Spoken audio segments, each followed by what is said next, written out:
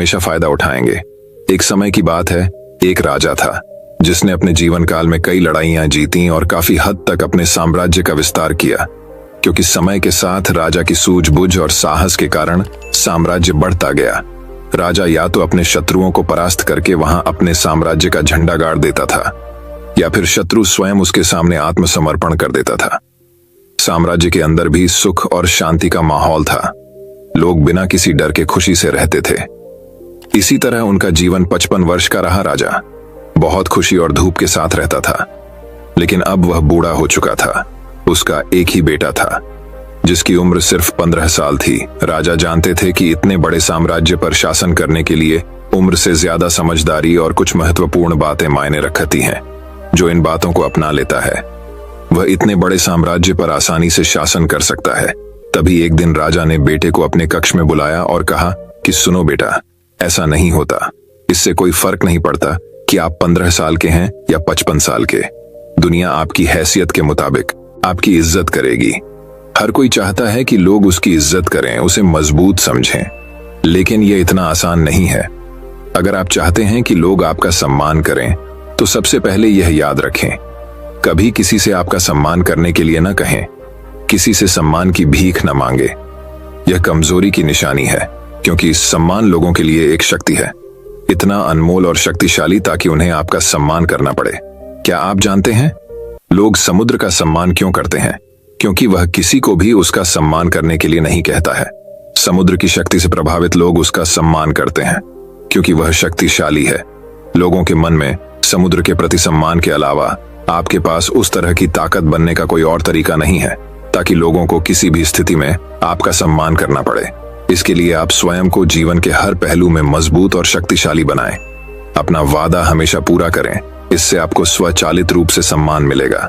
साथ ही दयालु बने और दूसरों का भी सम्मान करें। यह याद रखें कि हमेशा दूसरों से सीखते रहें। कुछ न कुछ घटित होता रहता है। आप कभी भी सब कुछ नहीं जान सकते। जीवन की वास्तविक शिक्षा भी वास्तविक जीवन से ही मिलती है। युवावस्था में आप जितनी अधिक चुनौतियों का सामना करेंगे, आप उतने ही अधिक मजबूत बनेंगे। आने वाले समय में आप और अधिक प्रगति करेंगे। यह जीवन का वह समय है जहां आपको लड़कियों के प्यार में नहीं पड़ना है, बल्कि खुद को मजबूत बनाने पर ध्यान केंद्रित करना है। जब आप एक अनमोल और शक्तिशाली व्यक्ति बन जाएंगे, ताकि जब आप बनना चाहें तो यह अपने आप आ जाए। अपने जीवन में बेहतरी लाएं और आगे बढ़ना शुरू करें। तो कुछ लोग आपको पीछे खींचने की कोशिश करेंगे। ये लोग आपके मित्र या परिवार में से कोई भी हो सकते हैं, या आपके सपनों का मजाक उड़ाएंगे, या आपको ऐसी आदतें अपनाने के लिए कहेंगे जिससे आपका समय और ऊर्जा बर्बाद होती है। क्योंकि आपको आगे बढ़ते नहीं देखना चाहते हैं, वे आपकी प्रगति से ईर्ष्या करेंगे, क्योंकि उनकी कमजोरी और आलस्य के कारण वे काम करने में असमर्थ हैं। नहीं चाहते कि आप ऐसा कर सकें। साथ ही लोग आपको पीछे खींच लेंगे, क्योंकि कुछ दोस्ती सिर्फ थोड़े समय के मनोरंजन के लिए बनाई जाती है। इसलिए जब आप उन चीजों को करना बंद कर देंगे तो उनका मजा कुछ समय के लिए कम हो सकता है जो वह आपके साथ बिताते थे। इसीलिए वे आपको पीछे खींचने की कोशिश करेंगे और आपको अपने जैसा बना देंगे। यदि आप सोच रहे हैं कि मुझे इतना त्याग क्यों करना चाहिए, जीवन आराम से जीना चाहिए, इसलिए यह याद रखें कि यदि अपने लक्ष्य के लिए अपनी इच्छा नहीं छोड़ेंगे तो आपको अपने लक्ष्य का बलिदान देना होगा। यदि आप लक्ष्य के लिए हार मानेंगे और कुछ समय के लिए मौज मस्ती में फंस जाएंगे तो जीवन के अंतिम चरण में आपको पछताना पड़ेगा। राजा ने आगे कहा, जब आप लक्ष्य के लिए काम करना शुरू करेंगे तो आपको ऐसे नए लोग मिलेंगे जो आपको समझेंगे और आपको आगे बढ़ने में मदद करने के लिए तैयार होंगे। इसलिए उन लोगों को प्राथमिकता देना शुरू करें जो आपके मूल्यों और लक्ष्यों के साथ जुड़े हों। बस उन लोगों से दूर हो जाएं जो आपको रोक रहे हैं और उनके साथ रहकर आपका भविष्य बुरा हो। बुरे लोग आपके परिवार के सदस्य और दोस्त भी हो सकते हैं, इसलिए उनसे दूर से ही प्यार करें और अपना ध्यान रखें। लक्ष्य पहले, इसके लिए आपको सफल आदतें अपनानी होंगी। कई बार आपको दूसरी जगह जाकर रहना पड़ता है। आपको भी अकेलापन महसूस हो सकता है, लेकिन यह बुरा नहीं है। कुछ समय अकेले रहना अच्छा है, क्योंकि इससे यह समझने में मदद मिलती है कि आप वास्तव में कौन हैं और आप जीवन में क्या हासिल करना चाहते हैं। एकांत में आप तब भी अपना काम पूरे ध्यान से कर सकते हैं जब कोई नहीं देख रहा हो। लोगों को सब कुछ दिखाने की जरूरत नहीं है कि आपको क्या मिला और आप आगे क्या करने वाले हैं। बस अपना काम करो, चाहे लोग आपको नोटिस करें या नहीं। और साथ ही मनी मैनेजमेंट के बारे में भी जानें। खुद को शारीरिक और मानसिक रूप से मजबूत रखें। इसके बावजूद आपको जीवन में कई चुनौतियों का सामना करना पड़ेगा और हो सकता है कि कभी कभी आप गिर भी जाएं। लेकिन उसी स्थिति में अपनी हार को खुले दिल से स्वीकार करें। हार सफल व्यक्ति अपनी हार और गलती स्वीकार करता है, उससे सीखता है और उसे बेहतर बनाने के लिए लगातार काम करता है।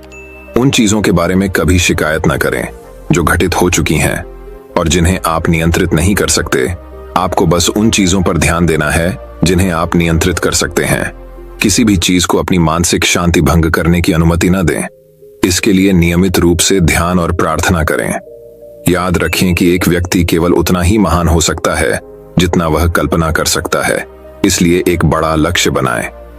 जो कुछ भी आपको मिला है उसके लिए भगवान का शुक्रिया अदा करें। उनसे साहसी बनने और जीवन के हर पहलू में जीत हासिल करने की प्रार्थना करें। लोगों को यह समझने के लिए यह याद रखें कि जीवन पूरी तरह से परीक्षा पर निर्भर करता है। एक ही स्थिति में एक व्यक्ति का अपने प्रति दृष्टिकोण दूसरे से बिल्कुल भिन्न हो सकता है। यह प्रत्येक व्यक्ति के विचारों, भावनाओं और व्यवहार पर निर्भर करता है। वह उस चीज को कैसे देखता है। कभी निराश मत होना, अच्छी चीजों पर ध्यान दें। नकारात्मक रवैया आपके जीवन को निराशाजनक बना देगा। भले ही आपके पास बहुत सारा धन और शक्ति हो, जैसे जैसे आप अपने जीवन में आगे बढ़ेंगे तो आप देखेंगे कि आपके दोस्तों का समूह छोटा होता जा रहा है। लेकिन अगर आप बारीकी से देखेंगे तो आपको यह देखकर खुशी होगी कि उनमें से प्रत्येक में कुछ विशेष विशेषताएं होंगी जिनसे आप सीखेंगे और आपको आगे बढ़ने की प्रेरणा मिलेगी। अपने जीवन में जिम्मेदार बने। किसी ऐसे व्यक्ति को अपने साथ ले जाएं जिसे आप अपनी संपत्ति और शक्ति के बारे में सच बता सकें और वह भी बिना डरे आपकी गलतियों और कमजोरियों के बारे में आपको सच बता सके, क्योंकि एक कड़वा सच हजारों मीठे झूठों से अधिक शक्तिशाली होता है। आपको यह पता चल जाएगा कि वास्तव में आप अपनी शक्ति और संपत्ति में कहां हैं, आपको और कितनी प्रगति करने की आवश्यकता है। मेरे बेटे, इन बातों को अपने जीवन में अपनाकर तुम समय के साथ एक बेहतर इंसान बन जाओगे। जीवन में एक ऐसे मुकाम पर पहुंचोगे जहां लोग आपको बहुत मूल्यवान समझेंगे। लड़कियां आपके साथ रहना चाहती हैं, शक्तिशाली लोग आपसे दोस्ती करना चाहते हैं। इस स्तर पर जीवन आपके लिए एक खेल बन जाएगा। आप जो चाहें चुन सकते हैं और पसंद का काम करने के लिए विकल्प होंगे।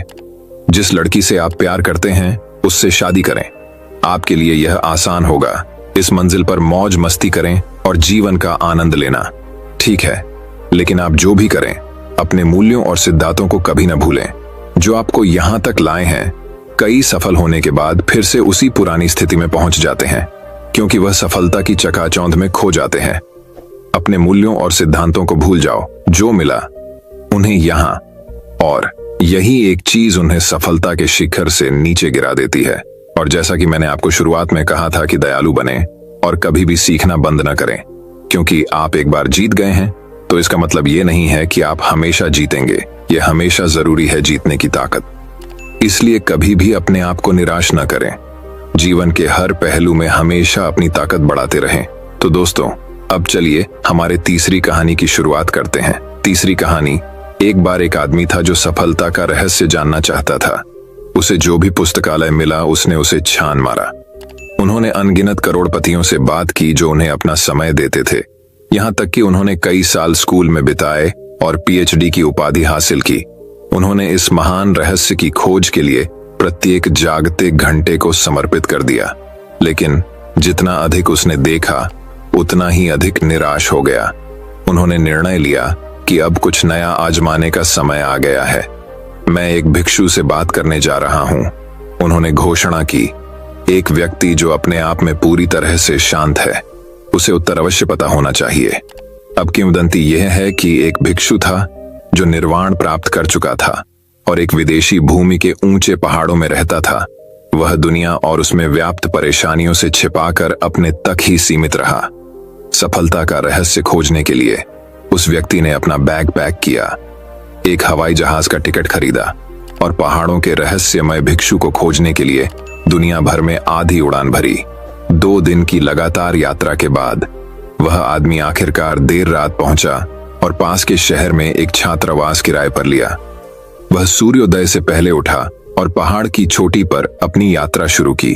घंटों आते जाते रहे और वह आदमी चढ़ता रहा। दोपहर बीत गई। 1 बजे, 2 बजे, वह अभी भी शीर्ष पर नहीं पहुंचे थे।